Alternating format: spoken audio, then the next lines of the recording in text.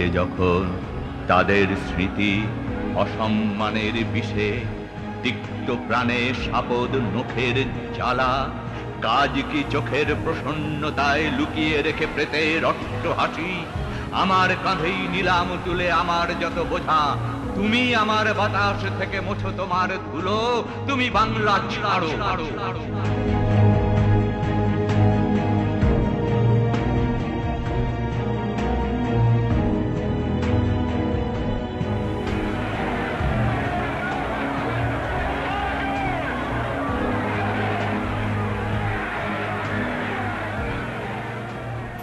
কোনো একটা সমাজে বা কোনো একটা রাষ্ট্রে বিভিন্ন বিষয়ে জনগণের মধ্যে ক্ষোভ জমতে পারে। সেই ক্ষোভটা রূপ নেয় বিভিন্ন পর্যায়ের। হয়তো প্রাথমিক পর্যায়ে এটা হতে পারে প্রতিবাদ থেকে শুরু হয় প্রতিরোধ, এবং প্রতিরোধের একটা পর্যায়ে এটা আন্দোলনের রূপ নেয়। যখন আন্দোলনটা ব্যাপক গণসম্পৃক্তি পায় তখন এটাকে আমরা বলি গণ আন্দোলন। আর গণ আন্দোলনটা যখন একটা উচ্চতর পর্যায়ে পৌঁছায়, যখন এতে হয়তো ব্যাপক সংখ্যক মানুষ, হয়তো সারা দেশের মানুষ তাতে যুক্ত হয়, তখন সেটা হয়ে যায়, এবং সেটা হয়ে যায় গণ অভ্যুত্থান। জনমানুষের ঐক্যবদ্ধ উত্থান, তাই হচ্ছে গণ অভ্যুত্থান। যখন মানুষ বিভিন্নভাবে কোনো নির্দিষ্ট দাবিতে ঐক্যবদ্ধ হতে হতে দাবিটা যখন তাদের নিজের দাবিতে পরিণত হয়, নিজের প্রাণের দাবিতে পরিণত হয়, তখন তারা আন্দোলন শুরু করে। সাধারণ আন্দোলন, এমনকি সামাজিক আন্দোলন দিয়েও শুরু হতে পারে সে আন্দোলন। সে আন্দোলন সংগঠিত হতে হতে যখন এই আন্দোলনে অংশগ্রহণকারীরা নিজেরা মনে করে এটা আমাদের জন্য প্রয়োজন এবং এটা প্রয়োজনটাকে বাস্তব করে ছাড়বই, এইরকম একটা প্রত্যয় নিয়ে, প্রতীতি নিয়ে যখন একটা জায়গায় এসে উপনীত হয়, তখন হলো এটাকে গণ অভ্যুত্থান বলা যাবে। যেমন ধরুন আমাদের দেশে আমরা কয়েকটা গণ অভ্যুত্থানের কথা জানি। যেমন ধরুন আপনার 1969-এর গণ অভ্যুত্থান। আমরা কিন্তু 52-কে অভ্যুত্থান বলছি না, আমরা 1952-র যে ভাষা আন্দোলন সেটাকে আন্দোলন বলছি। কিন্তু আমরা 69-এর যে মানে রাজনৈতিক জাগরণ সেটাকে আমরা গণ অভ্যুত্থান বলছি। গণ অভ্যুত্থানের কতগুলো বৈশিষ্ট্য রয়েছে।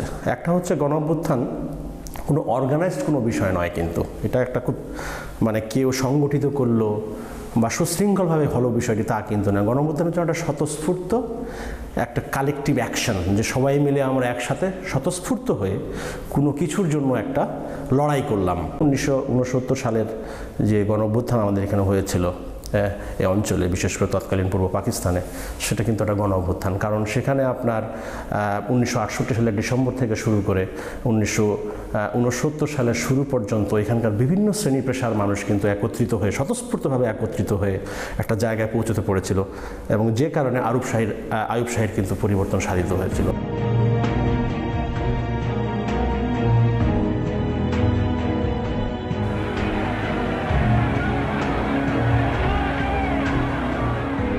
মানুষ তার যে ভেতরের যে অবরুদ্ধ চাওয়াগুলো, যা হয়তো বহুদিন তারা তুলেছে কিন্তু তা পূরণ হয়নি, সেই চাওয়াগুলোকে পাওয়ায় রূপান্তর করার জন্য যখন রাজনৈতিক কর্মকাণ্ডে লিপ্ত হয়, তখন বিভিন্ন পর্যায়ের আপনার বিভিন্ন স্তরের সংগ্রাম হতে থাকে। সেই সংগ্রামগুলো কখনো এটা আন্দোলনের রূপ নেয়, কখনো অভ্যুত্থানের রূপ নেয়। সেই গণ অভ্যুত্থান হওয়ার জন্যে সীমানা এবং জাতীয়তা, এই দুটো মেনলি বেসড হয় ভাষার উপরে। একই এলাকায় অনেক রকমের ভাষাভাষী থাকতে পারে, তারপরে কিন্তু এক ভাষার মানুষ এক জায়গায় বাস করে। প্রধানত সীমানা বলতে হচ্ছে যে সীমারেখায় মানুষগুলো বাস করে। একটা রাষ্ট্র গঠিত হলে যে শর্তগুলো পূরণ হওয়া লাগে, শর্তগুলো পূরণ হতে গেলে একটা নির্দিষ্ট এলাকা, জনগোষ্ঠী, তাদের স্বাধিকার, এই সমস্ত বিষয় নিয়ে মানুষ মানে রিয়্যাক্ট করে ফেলে, এরকমভাবে গণ অভ্যুত্থান করে ফেলে। মানুষের পুঞ্জীভূত ক্ষোভের বিক্ষুব্ধ বহিঃপ্রকাশ। হ্যাঁ, যখন সেটা একটা সংগঠিত অবয়ব পায় তখন সেটা আপনার গণ অভ্যুত্থানে পরিণত হয়। ইরানের ইতিহাসে 300 বছর অন্য ভাষা দ্বারা দমিত ছিল। আধুনিক চিন্তাভাবনার অভাবেই হয়তোবা সেখানে কিন্তু গণ অভ্যুত্থান ঘটে নাই, বাট আরবীয় ভাষা তারা কিন্তু গ্রহণও করে নাই। 1969 গণ অভ্যুত্থানের পেছনে ছিল অনেকগুলো বিষয়। তার মধ্যে একটা ছিল নিশ্চয়ই আপনার আইয়ুবের স্বৈরশাসনের হাত থেকে মুক্তি, কিন্তু কৃষকের দাবি ছিল, শ্রমিকের দাবি ছিল, আপনার খেটে খাওয়া মানুষের নানান দাবি ছিল, তৃতীয় চতুর্থ শ্রেণীর কর্মচারীদের দাবি ছিল। এই সবগুলো যখন একসাথে এসে ছাত্রদের দাবির সাথে মিলে স্বৈরশাসনের পতনের দাবিতে ঐক্যবদ্ধ হয়েছে এবং এটা একটা প্রচণ্ড উত্থানের রূপ পরিগ্রহণ করেছে। যখন লাখ লাখ মানুষ কারফিউ ভেঙে রাস্তায় নেমে গেছে তখন এটা দেখা গেছে যে এটা অভ্যুত্থানে পরিণত হয়েছে। যখন মিডিল ক্লাস বেশ একটু শক্ত অবস্থার উপরে দাঁড়াতে যাচ্ছিল, এদেশেও ক্রমাগত ধনী শ্রেণী গড়ে উঠছিল, এদেশেও নানা ধরনের শিল্প সাহিত্য ভালো একটা জায়গায় স্তরে এগিয়ে যাচ্ছিল। অর্থাৎ এখানে মিডিল ক্লাস একটা মানে আধুনিক শ্রেণী হিসাবে তার যোগ্যতর অবস্থানে এগিয়ে যাচ্ছিল। ঠিক সেই সময় আর্থিক দৈন্যতা, তারপরে বৈষম্য, তারপরে অনধিকার, এই বিষয়গুলো, ক্ষমতার অভাব, হ্যাঁ, এই সমস্ত বিষয়গুলো তাদেরকে একসাথে এই উত্থানটা ঘটালো।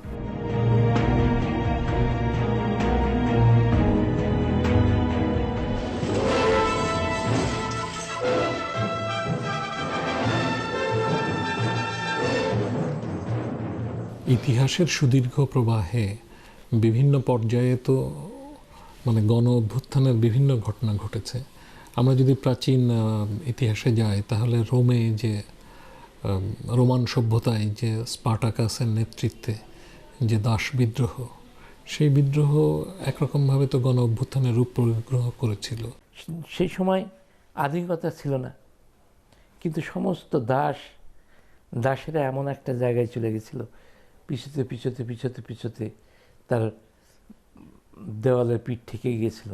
সেই সময় না এগিয়ে তাদের উপায় ছিল না। সেই সময় তাদের স্বাধীনভাবে চিন্তা করার কিছু ক্ষমতা তাদের অর্জিত হয়, এবং এই যে ক্ষমতা অর্জিত হওয়া মানে বোঝার ক্ষমতার পরস্পরকে এক্সচেঞ্জ করতে পারছে, যে ক্ষমতাটা, যে আমাদের এই ক্ষমতাটা আছে, আমরা যদি না কাজ করি তাহলে জমিদাররা কিছুই করতে পারবে না। এইরকম বোধটা তাদের ভিতরে যখন চলে আসে এবং চরম অত্যাচার নির্যাতন চলতেই থাকে, তারই একটি পর্যায়ে ওই স্পার্টাকাসের অভ্যুত্থানটা ঘটেছিল। এটা একটা। তেমনিভাবে আপনার পরবর্তীকালে এসে আপনারা বলতে পারেন ফরাসি বিপ্লবের কথা। এটা তো নিঃসন্দেহে তখন যে ক্ষমতাসীন যে আপনার সম্রাট ছিলেন ষোড়শ লুই, তার বিরুদ্ধে সেই মধ্যবিত্ত শ্রেণীর নেতৃত্বে শ্রমিক, কৃষক, সর্বহারা এবং তার সাথে মানে মধ্যবিত্তের বিভিন্ন যে পর্ব, তারা সবাই মিলে কিন্তু একসাথে তারা সেদিন সংগ্রামে সামিল হয়েছিলেন। মানে এটা কিন্তু ইন্ডাস্ট্রিয়ালাইজেশনের অনুষঙ্গ।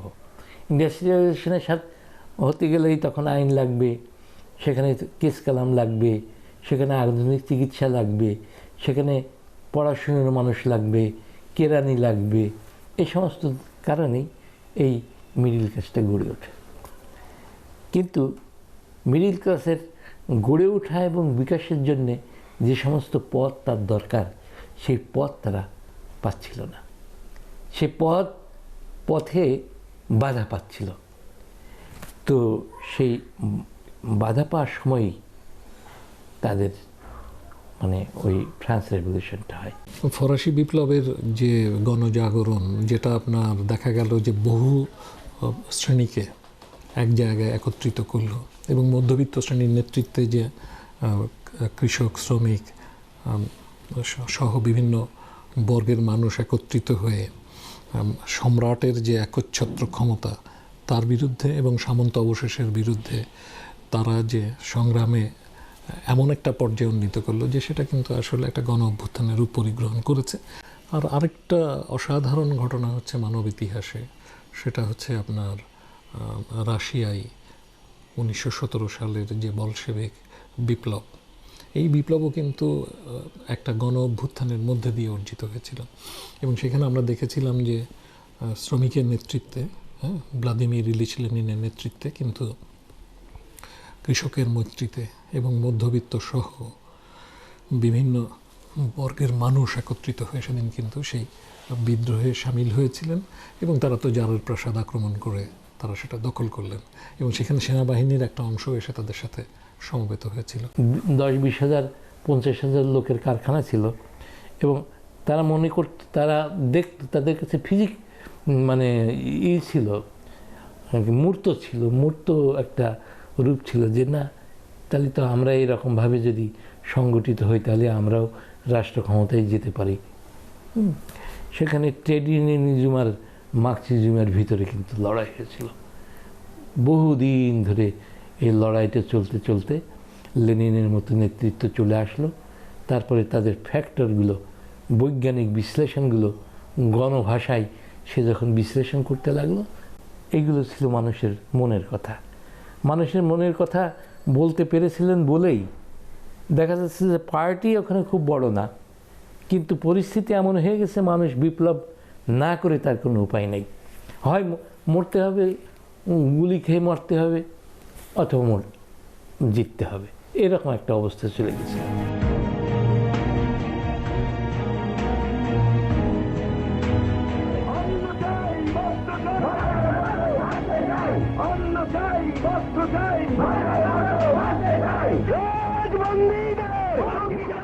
ঊনসত্তরের গণ অভ্যুত্থানের একটা মৌলিক ব্যাপার ছিল যে 6 দফার সাথে 11 দফার সংযুক্তি।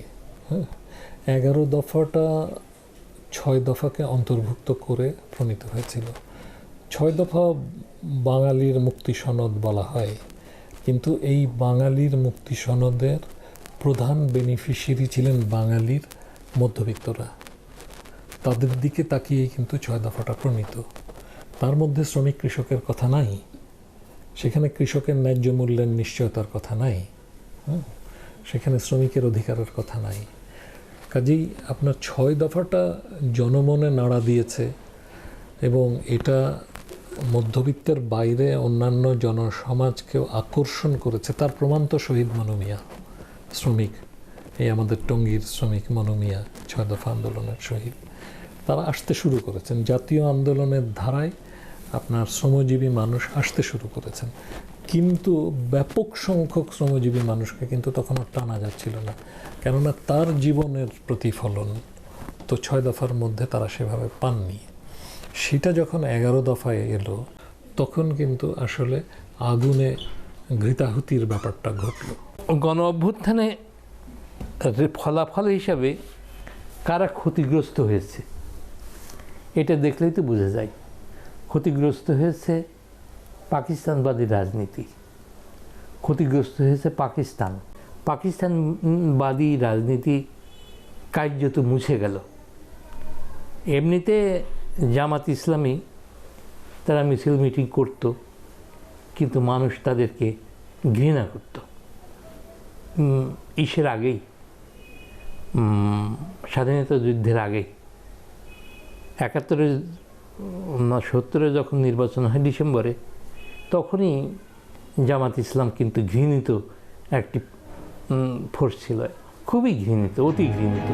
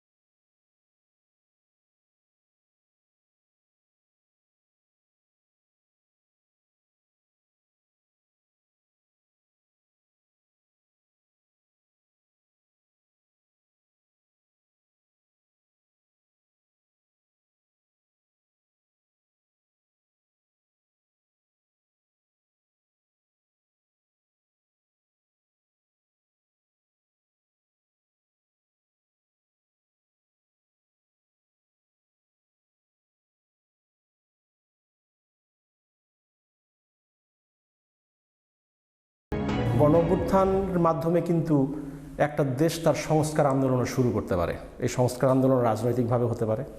আমাদের বাংলাদেশে যেমনটি হয়েছিল, যেমন ধরুন 1990 সালে আমরা গণঅভ্যুত্থানের মধ্য দিয়ে এরশাদকে হটানোর পরে আমরা কিন্তু এখানে রাজনৈতিক সংস্কার করবার চেষ্টা কিন্তু করেছিলাম। একটা কাউন্টার কোনো কিছু করে ফেলতে পারি, যে ক্রিয়া প্রতিক্রিয়া, যেমন ধরুন আগে কিছু একটা ঘটলো, আগের রেজিম বা আগের শাসনামল কোনো কিছু একটা রেখে গেল যেটা জনগণের জন্য কোনো রকমের আপনার জনমঙ্গল বয়ে আনলো না, তখন সেক্ষেত্রে কিন্তু আমরা একটা কাউন্টার মুভ সেখান থেকে করতে পারি। এক্ষেত্রেও কিন্তু গণঅভ্যুত্থান হতে পারে, যেটা আমরা কিছুদিন আগেও আপনার আরবের দেশগুলোতে দেখেছি, যে আগের শাসকেরা এমন একটা জায়গায় রেখে গিয়েছে যারা এটা পছন্দ করেনি, এবং তারা এটাকে অনেকে কাউন্টার মুভমেন্টও বলেন, বাট এটাকে আমরা একটা কাউন্টার আপরাইজিং হিসাবেও কিন্তু দেখতে পারি, এটাকে যদিও আমরা আরব আপরাইজিং হিসাবে দেখছি।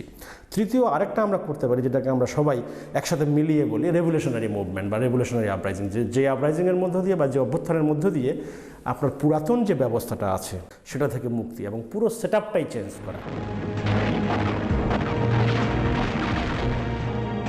কাঠামোগত প্রভাবের দিক দেখলে আমরা অনেক এটাকে রেভলিউশনারি জায়গা থেকেও যদি আমরা দেখি, ধরেন 1776-এর যে আমেরিকান রেভলিউশন হলো, সেই রেভলিউশনের মধ্য দিয়ে কিন্তু আমেরিকা একটা ব্যাপক পরিবর্তন সাধিত হয়েছে, বা 1789 সালের যে ফ্রান্স রেভলিউশন হলো সেখানেও একটা বড় রকমের পরিবর্তন, এটা আমরা ইতিহাস সবাই জানি। কিংবা 1917 সালের যে রুশ বিপ্লব, সেই রুশ বিপ্লবের মধ্য দিয়েও পরিবর্তন সাধিত হয়েছে। ইভেন আফগানেও যদি সর্বশেষ আফগান রেভলিউশন দেখি 1996, সেখানেও আমরা লক্ষ্য করবো একটা হিউজ পরিবর্তন সাধিত হয়েছে। সো কাঠামোর মধ্যে যে বেসিক পরিবর্তনগুলো আসে সেগুলো কিন্তু নির্ভর করে স্বতঃস্ফূর্ত জনতা যে দাবিগুলো নিয়ে একত্রে একটা যৌথ ক্রিয়ায় রত হচ্ছে, সেখানে ডিমান্ডগুলো কি। আমি স্পেসিফিক এক্সাম্পল দিই, যেমন ধরেন 1969 সালের যে গণঅভ্যুত্থান, এই গণঅভ্যুত্থানে ছাত্র সংগ্রাম পরিষদের 11 দফা, পূর্ব পাকিস্তানের যে বিরোধী দলগুলো মিলে কিন্তু একটা 8 দফা তারা তৈরি করেছিল। এই দুটো দফা এক করতে কিন্তু পারেনি মুভমেন্টের মধ্য দিয়ে, কিন্তু 1966-র যে বঙ্গবন্ধু শেখ মুজিবুর রহমানের যে 6 দফা, সেই 6 দফার সঙ্গে কিন্তু 11 দফা সামহাও মার্চ করে গেছে। তো যখন আপনার 68 শেষের দিকে মুভমেন্টটি শুরু হলো এবং 69-এর শুরুর দিকে এক ধরনের কি বলবো, একটা উত্তালতা পেয়ে গেল, পরবর্তীতে কিন্তু ওই ডিমান্ডগুলোর মধ্যে দিয়ে কিন্তু আরব শাহী দুটো জিনিস মেনে নিয়েছিলেন, যেটা ভোটাধিকার দিয়ে দেওয়া এবং পাশাপাশি সংসদীয় গণতন্ত্রের প্রত্যাবর্তনের যে ব্যাপারটা, এটা কিন্তু তিনি মেনে নিয়েছিলেন।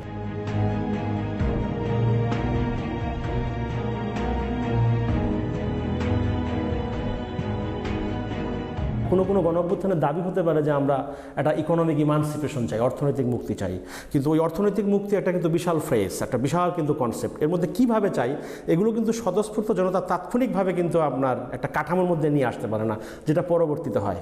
কিছু দাবি দাওয়া আমরা পেশ করি, যে পেশ করবার মধ্য দিয়ে অভ্যুত্থান সাধিত হয় এবং তারপরে কাঠামোগত পরিবর্তনগুলো হয়। আরও স্পেসিফিক উদাহরণ দেওয়া যেতে পারে 90-এ। 90-এ যে 3 জোট মিলে যে আন্দোলন করলো, আন্দোলন করবার মধ্য দিয়ে জনগণের সম্পৃক্ততা হলো এবং সম্পৃক্ততার মধ্য দিয়ে 90-এর ডিসেম্বরের দিকে শাহীর পতন ঘটলো। কিন্তু পতন ঘটবার পরে এই 3 জোটের যে দাবি দাওয়া ছিল, যে রূপরেখা ছিল, সেই রূপরেখার দাবিগুলো কিন্তু পরবর্তীতে আমরা কিন্তু দেখেছি কিন্তু সেভাবে সাধিত হয় নাই।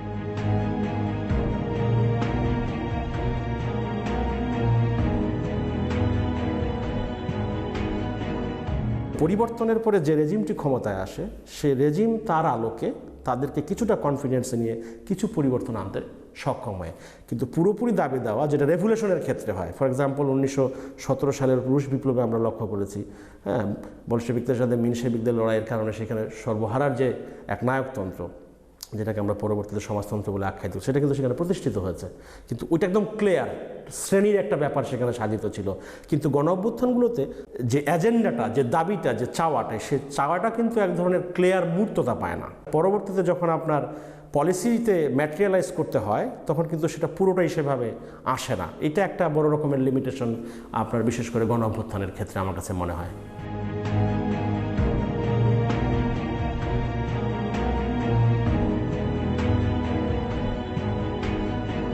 1969-এর গণ অভ্যুত্থান কিন্তু কোনো অংশেই এটা কম কোনো কিছু ছিল না। আমাদের বিশেষ করে 1947-এর ধর্মের ভিত্তিতে যে বিভাজন, এই বিভাজনকে আমরা এই অঞ্চলের মানুষ কিন্তু খুব একটা ভালোভাবে দেখেছি বলে আমার মনে হয় না। না দেখবার কারণে আমরা কিন্তু আপনার পার্টিশন উত্তরকালেই 1948 থেকে কিন্তু আমরা আমাদের আমাদের যে এথনিসিটি, আমাদের যে জাতিকতা, সেই জাতিকতার আলোকে কিন্তু আমরা ভাষাভিত্তিক সংস্কৃতিভিত্তিক আন্দোলন কিন্তু আমরা শুরু করেছিলাম।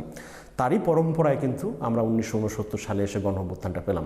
কিন্তু এই গণ অভ্যুত্থানটা যেটা হয়েছে যে পাকিস্তানের যে কাঠামোর মধ্যে সেই সময় তৎকালীন পূর্ব পাকিস্তান হিসাবে আজকের বাংলাদেশ যে বসবাস করছিল, এই বাংলাদেশ কিন্তু বিভিন্ন রকমের বঞ্চনার শিকার হয়েছিল।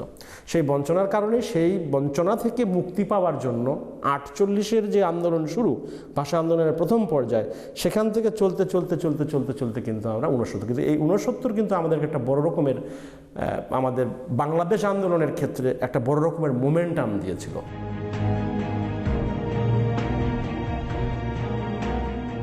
68 ছাত্র আন্দোলন শুরু হলো, 69-এ গণ অভ্যুত্থান হলো, 70-এর নির্বাচন, 71-এ আমাদের স্বাধীনতা যুদ্ধ। তো সেদিক থেকে কিন্তু পুরো পাকিস্তান রাষ্ট্রের কাঠামোটিকেই কিন্তু সেই দিক থেকে নাড়িয়ে দেওয়া, একটা বড় রকমের নাড়া দেওয়া কিন্তু একটা কাজ এই গণ অভ্যুত্থান কিন্তু করতে সক্ষম হয়েছিল।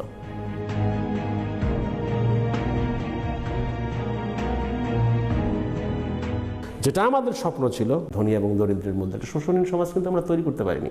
তো এটার জন্য আপনার গণ অভ্যুত্থান দিয়ে হবে না, এটার জন্য দরকার হচ্ছে বিপ্লব।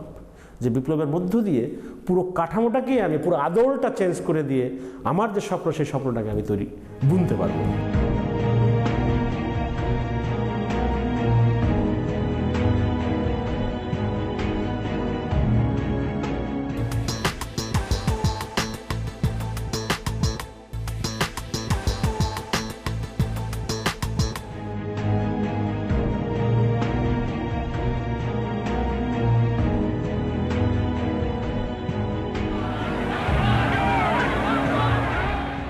আজকে যখন তাদের স্মৃতি অসম্মানের বিষে, তিক্ত প্রাণে সাপদ নখের জ্বালা, কাজ কি চোখের প্রসন্নতায় লুকিয়ে রেখে প্রেতের রট্ট হাসি, আমার কাঁধেই নিলাম তুলে আমার যত বোঝা, তুমি আমার বাতাস থেকে মোছো তোমার ধুলো, তুমি বাংলা ছাড়ো।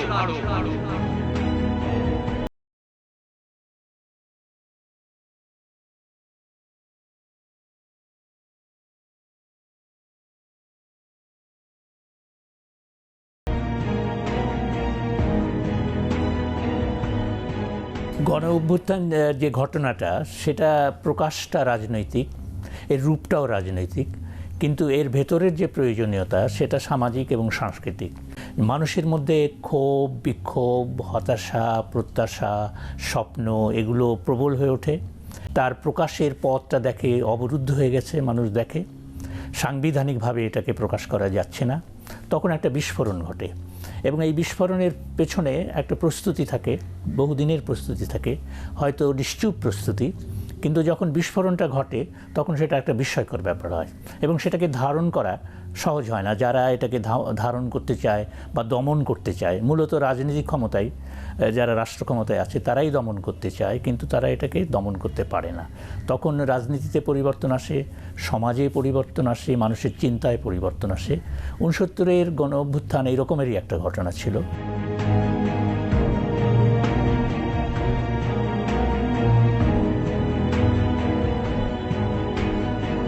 ফরাসি বিপ্লবের যে আওয়াজ ছিল, যে রণধ্বনি ছিল, সেটা ছিল সাম্য, মৈত্রী ও স্বাধীনতা।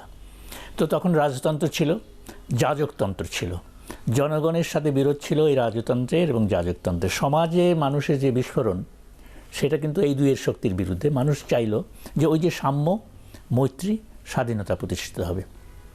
কিন্তু দেখা গেল যে রাজতন্ত্রের পতন হয়েছে, যাজকতন্ত্রেরও পতন ঘটল, কিন্তু ক্ষমতা চলে গেল যাদেরকে আমরা বুর্জোয়া বলি, তাদের হাতে।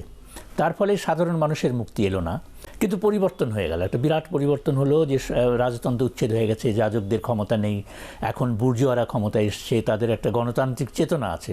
তারা যেমন তারা নির্বাচনে বিশ্বাস করে, তারা একটা উৎপাদনে বিশ্বাস করে।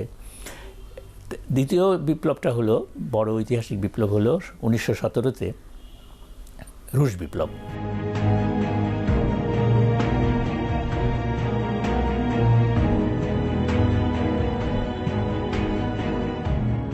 এখন রুশ বিপ্লবের প্রধান কথাটা কিন্তু সাম্য।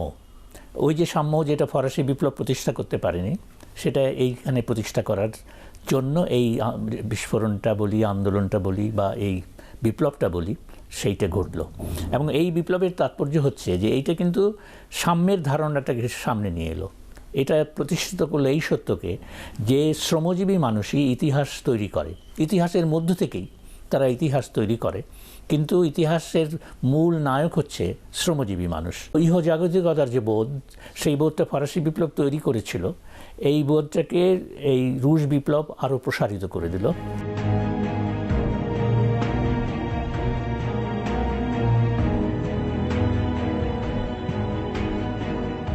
69-এর অভ্যুত্থানটা তো রাষ্ট্রের বিরুদ্ধে সাধারণ মানুষের মিলিত অভ্যুত্থান, যেটা আমি বললাম মধ্যবিত্ত এবং শ্রমজীবী।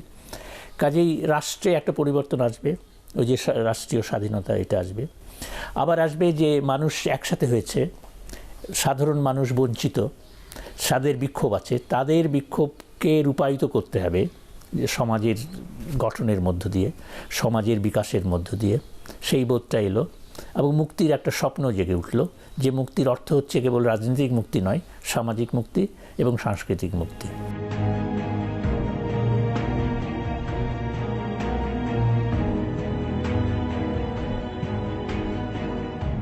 যে 52 রাষ্ট্রভাষা আন্দোলনে কিন্তু মধ্যবিত্ত আর কৃষকের কাছে যেতে পারছে না, কারণ কৃষকের ভাষাই নেই, তার শিক্ষা নেই, তার শিক্ষার হার অত্যন্ত নিম্ন।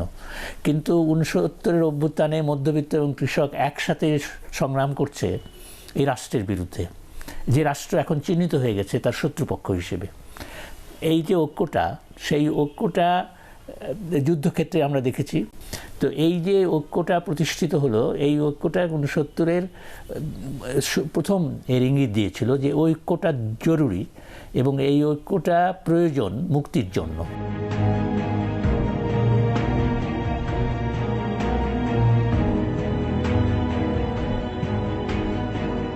69-এ কিছুটা প্রমাণিত হলো যে ওই অভ্যুত্থান গ্রামে গঞ্জে ছড়িয়ে গেল এবং ওইটাকে দমন করার জন্যই কিন্তু তড়িঘড়ি করে নির্বাচন ঘোষণা করা হয়েছে 70 সালে। নাহলে নির্বাচন এভাবে দিত না হয়তো, আর এক মানুষ এক ভোট, এটা তো মেনে নিত না।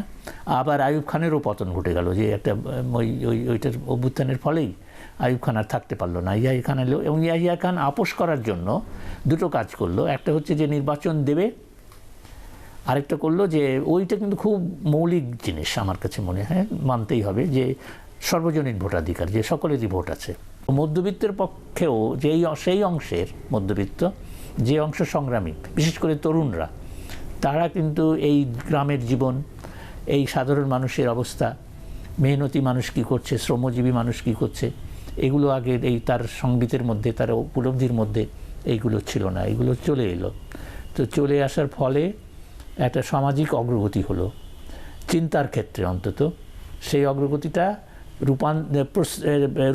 রূপায়িত হতে পারত সমাজের বিন্যাসে। সমাজ বিন্যাসে যদি আমরা বৈষম্যহীন একটা সমাজ প্রতিষ্ঠা করতে পারতাম, তাহলে ওই সমাজ বিন্যাসে কিন্তু ওই ঐক্যের চেতনাটা প্রতিফলিত হতো এবং রূপায়িত হতো। কিন্তু প্রতিফলন বা রূপায়ণ কোনোটাই ঘটল না, যেহেতু আমরা ওই সমাজটাকে ওইভাবে পরিবর্তিত করতে পারলাম। রাষ্ট্রীয় স্বাধীনতা পেলাম, সেটা 69 চাচ্ছিল। সামাজিক পরিবর্তন প্রয়োজন, সেটা 69 চাচ্ছিল। ওই সামাজিক আমরা একটা পেলাম, অপরটা পেলাম না, এবং ওইটা আরও জরুরি আমাদের জন্য, রাষ্ট্রের সামাজিক পরিবর্তনটা।